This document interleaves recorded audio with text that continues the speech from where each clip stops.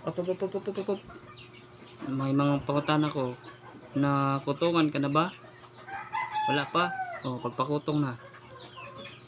Intro. Yo!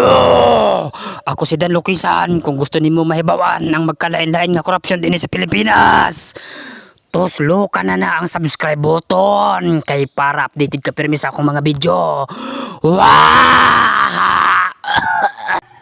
Ngunani. Ang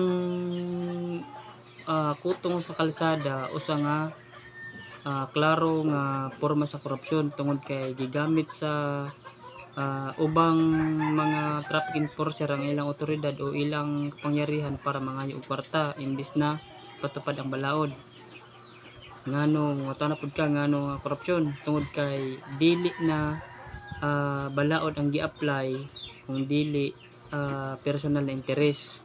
Halimbawa, musud ka sa trabaho buntag karon wa ka nag-helmet kay ngano wa man pud ka nag-helmet buanga ka.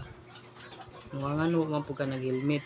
Ingon ani, wa ka nag-helmet, nadakpan ka og traffic enforcer.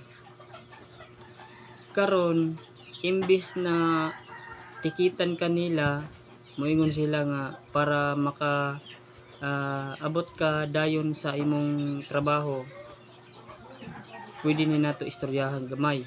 Hatagi na lang mi og mga pangkape kay para maka ngadto ka na sa imong trabaho sa 300 lang.